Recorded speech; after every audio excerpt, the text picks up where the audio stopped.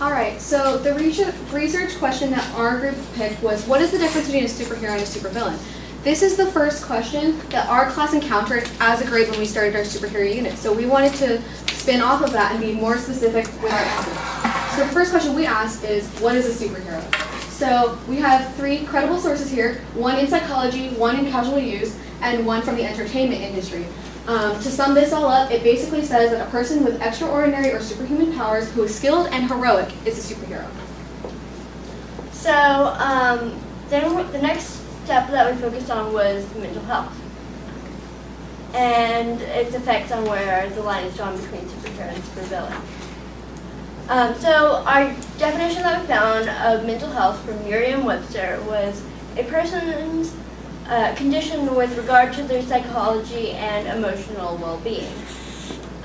So what aspect of this affects where the line is drawn?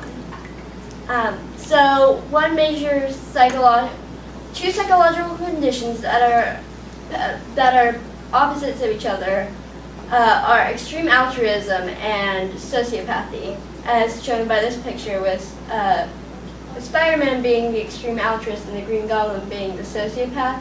So extreme altruisms are people that have a psychological need to save people in danger, even at the risk of their own well-being. Whereas sociopaths are people who lack the ability to empathize and form emotional attachments to people. So these disorders seem like complete opposites, but they actually have a fair amount in common, including a willingness to put yourself in danger and emotional detachment in times of chaos. But the difference is that extreme altruists can turn it off. So another big thing is foils, which is a literary device where 2 characters are similar but different.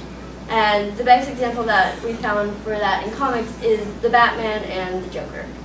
And this is best showcased in the graphic novel The Killing Joke, of which a big focus is on the relationship between the Batman and the Joker, and how that they need each other in the sense that they cannot, and one cannot live while the other survives type manner, and that they have similar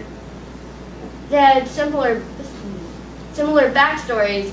However, Batman reacted to it by going out and trying to find order in an orderless world, whereas the Joker embraced that chaos and sought to make it its own. Oh, yeah. Alright, so I researched the intentions of a superhero versus a villain. So superheroes and villains, they tend to take the same action of destructiveness in some sort of way. And so as an audience, we have to perceive their action through an intent of either heroism or villainy. So for an example, in the movie The Avengers, when they were fighting Loki and the Chitauri, they caused a lot of damage. According to a source called the Crux, it cost roughly around $160 billion. It's a lot of money, but we have to look back and see why they did this. And we have to see how they tried to save people, prevented further destruction, and prevented a long-term effect of villainy. And in contrast, in the movie The Dark Knight Rises, Bane, he rigs explosives all over Gotham, and then he detonates them, killing hundreds of innocent lives. And so he did this in order to seek revenge, and he wanted to avenge his lover's dad, whose death Batman was responsible for. So he took immoral actions in order to gain pleasure and just to seek revenge. So to sum it all up, superheroes, they tend to take actions in order to save people and do it for the good of the society. And in contrast, villains, they tend to take actions in order to, in a destructive manner, in order to seek revenge, and they do this without regard for their consequences. I did the legal aspect of like what's really going on with superheroes and supervillains and how similar they are due to the legality of what they do. Okay, so the biggest real suspect for breaking the laws is Batman, because as you can see, he killed a common case criminal, like a cop could have taken care of it, but he snapped his neck. Another example is the Batman hanging a mental patient, an out-of-control mental patient from his bat plane. It's not only limited to killing people, he's also been charged with the counts of child endangerment, including all 5 of the Robins. One of them has even died in the line of duty serving Batman. Another superhero that has had child endangerment is Captain America and his sidekick Bucky.